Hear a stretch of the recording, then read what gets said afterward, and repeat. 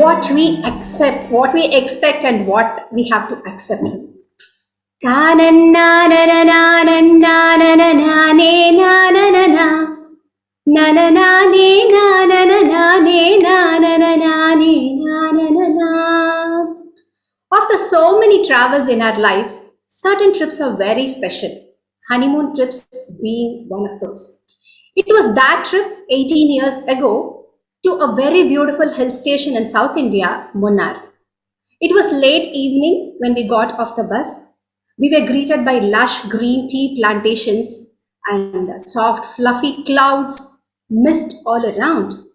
The weather outside complementing and contradicting the weather that was building up inside. Well, we had booked a resort away from the town in the outskirts with a kitchenette. I have to tell you something here.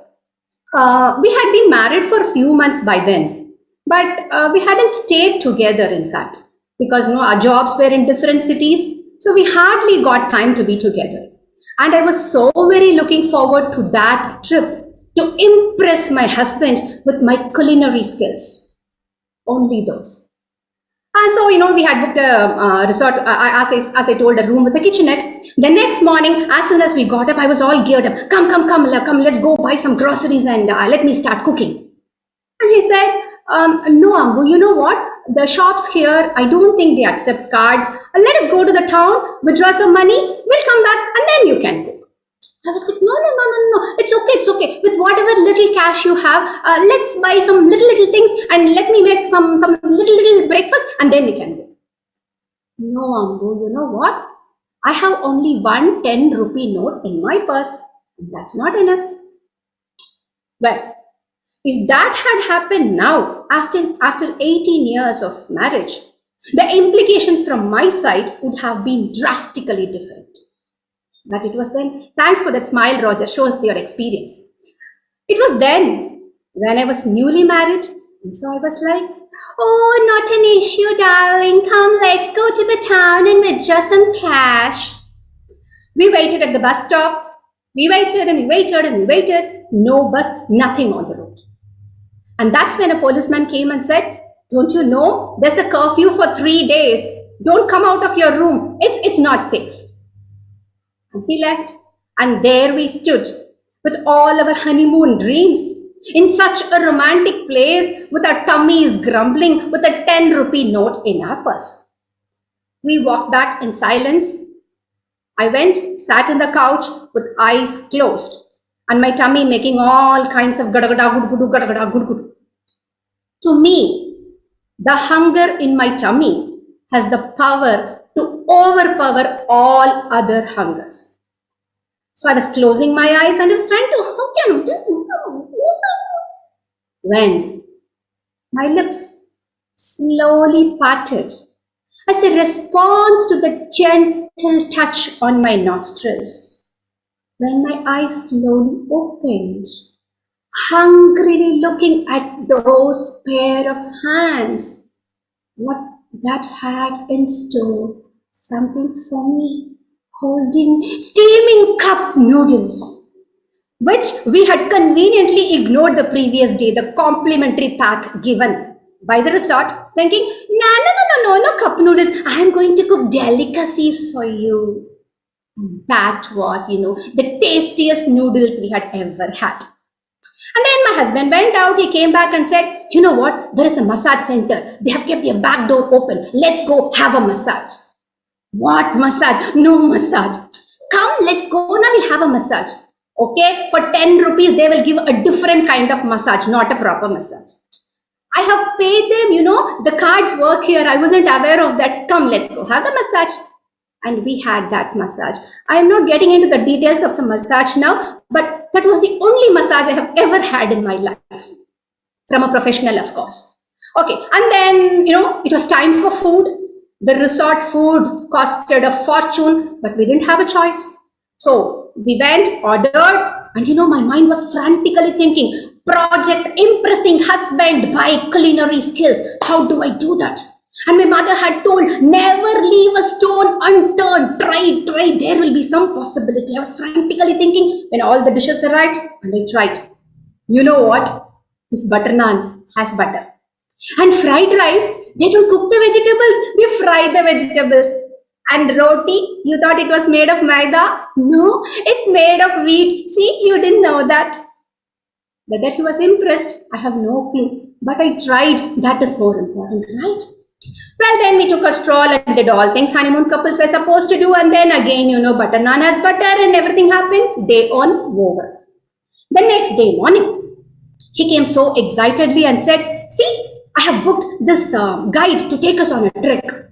But what about the fee? Ambu, you're always worried about the fee. That massage center has a tie up with this guide. They have paid him and I have paid them. Easy." He was so excited and we started for the trek. One amazing trip it was. If you get to come to South India, please don't miss that trek. With all lush greenery around and with bird sounds everywhere and that fragrance of the lemongrass wafting around. It was serene, it was divine. We kept on walking, following our guide. All of a sudden, our guide stopped. And there was this big black cobra that was slithering in front of us. I caught hold of my husband's hand, thinking he was the best snake charmer in the world who would protect me from all kinds of snakes in the world. But he didn't. The guide did. He said, and like obedient children, we folded our hands, standing like this. The snake just slithered away, and that's when the guide opened his mouth and he said, "This is their area. As long as we respect that we are the intruders, they will not harm us. Respect one's territory." Something I learned from that man that day. Well, we returned back, and my husband went socialize with the receptionist there, and then he came back saying, "You know what? We are going to Korukumalai." What is it called? Korukumalai?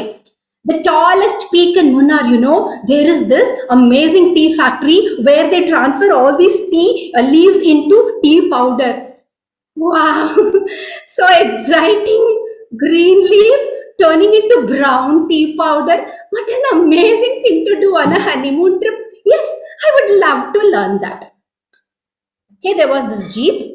We got into the jeep, and that's when I understood we were not the only ones. There were three more couples in that jeep. Initially, there was silence.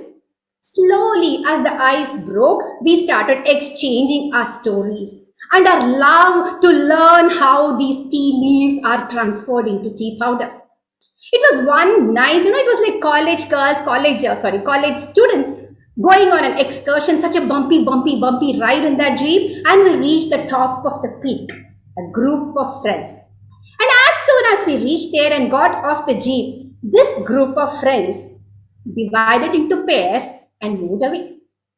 And one such pair, obviously we were. So we both took a stroll and reached a place where it was heavenly. It was like heaven on earth. And it was just him, me, and nature. And you know how it feels. Or at least how it felt 18 years back when you were newly married. Then we got back to that tea factory and we got enlightened about how the green leaves turn into that brown powder. Don't ask me that is a secret. Well, we returned back and on the way back, my husband, the chit-chatty type he was, started a conversation with the driver.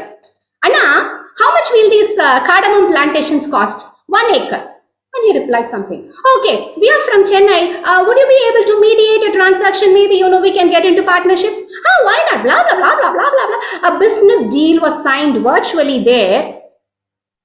But to me, all I could visualize was that 110 rupee note in his purse.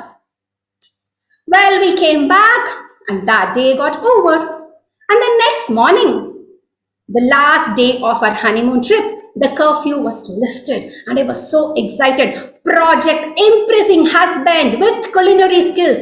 Ditch that. Let him eat anything he wants. I want to watch as many places as possible in this Munnar. So I told him, "Come, let's go. Book a cab. Let's go." And he said, "No, wait. We'll go to the town, withdraw some cash, and then we can go on." I said, "Come on, you can pay through card. Let's not waste any time, please." He said, "Listen, Ambu, as I told you,